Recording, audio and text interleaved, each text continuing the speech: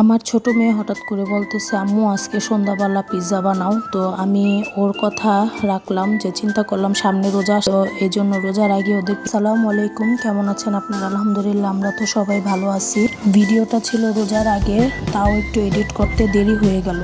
Pizza বানায় খাওয়াইলাম। এখানে তো পিৎজা ডো তৈরি করছে। এখানে ময়দা, ইস্ট, দুধ, চিনি, লবণ সব কিছু হালকা গরম পানি দিয়ে ডোটা বানায় নিলাম। এটা আমার বড় মেয়ে বানালো। আর এখানে ও সস বানালো, পিৎজা সসের মধ্যে টমেটোটা সিদ্ধ করে রসুন আর লবণ, চিনি, মরিচের গুঁড়া দেওয়ার পর এখানে দিল অরিগ্যানো। এই তো সসটা রেডি হয়ে গেল। এখন সসটাও ঘন করে নামায় ফেলবে।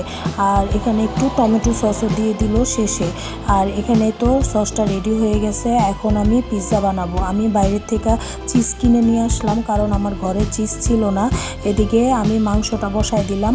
মাংসটা কুচি কুচি করে কেটে পেঁয়াজ, লবণ, গোলমরিচ, তারপরে এখানে দিলাম অরিগ্যানো, একটু মরিচের গুঁড়া দিয়ে এটাকে ভালো করে কষায় ভালো করে সিদ্ধ করে, তারপর এর মধ্যে আমি গাজর দিয়ে মাংসটাকে ভালো করে নেড়ে চেড়ে নামাই ফেলবো। এখানে তো ডোটা রেডি হয়ে গেছে। প্রায় 2-3 ঘন্টা আগে আমি এটা গোলায় রাখছিলাম।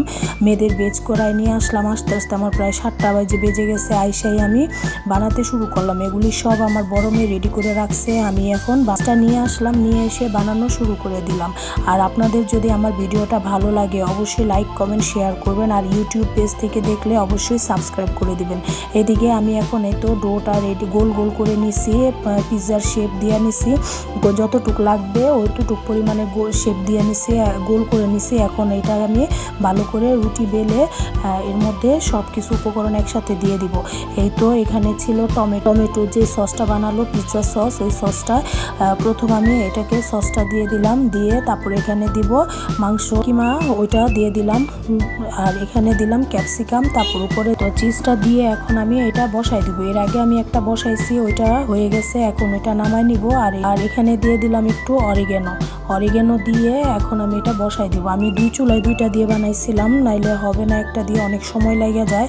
তো এখানে আমি বানাচ্ছি। আর ওইদিকে যে আমার থালা বাসন ছিল আমি ওগুলো ধুয়ে নিলাম। এই তো প্রথম পিৎজাটা হয়ে গেল। এটা আমি দিলাম আমার ছোট মেয়ে পিৎজা খেতে খুবই পছন্দ করে। তো ওর আবদারি, তার মেয়ে সবাই বলতেছিল বানাইতে, তো তারপরে এই জন্য বানালাম পিৎজা। খেয়ে সবাই তো খুবই সন্তুষ্ট, কারণ পিৎজাটা খেতে অনেক মজা হয়েছিল। এই তো পরে পিৎজাটা দিলাম আমার মেজো মেয়েকে। তো এখানে একটা করে বানাচ্ছি আর একটা করে সবাইরে দিতেছি। গরম খাচ্ছে সবাই। আর আমার কাছে দেখতে খুবই ভালো লাগতেছে, কারণ মেয়েদের কিছু খাওয়াইতে পারলে ওদের মন মতো আমার খুবই শান্তি লাগে। আমার কষ্ট হোক, তাও আমি চেষ্টা করি আমার মেয়েদের মানে যখন যেটা আবদার করে ওইটা খাওয়ানোর, কারণ আমার খুব কষ্ট লাগে যদি আমি ওদের খাওয়াতে না পারি। আর এখানে এই তো লাস্টে একটা আমি বানায় নিলাম। আর আলহামদুলিল্লাহ খেতে অনেক মজা ছিল। পিৎজাটা অনেক মজা হয়েছে, বাইরের চেয়েও আমার মনে হয় অনেক মজা হয়েছে। আর আমি ঘরে থাকা উপকরণ দিয়ে মাঝে মাঝে এরকম কিছু মজার খাবার তৈরি করে আমি আমার মেয়েদের খাওয়াই। তো সবাই ভালো থাকবেন, পাশে থাকবেন। আল্লাহ হাফেজ।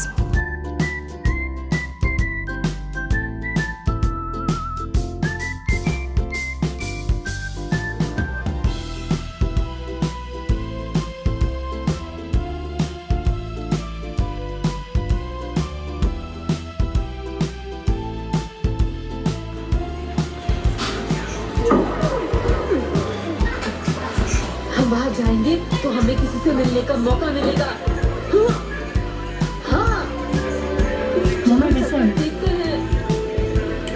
বাইরের থেকে নিয়ে আসছি, কিনিও চিজি ফ্লেভার।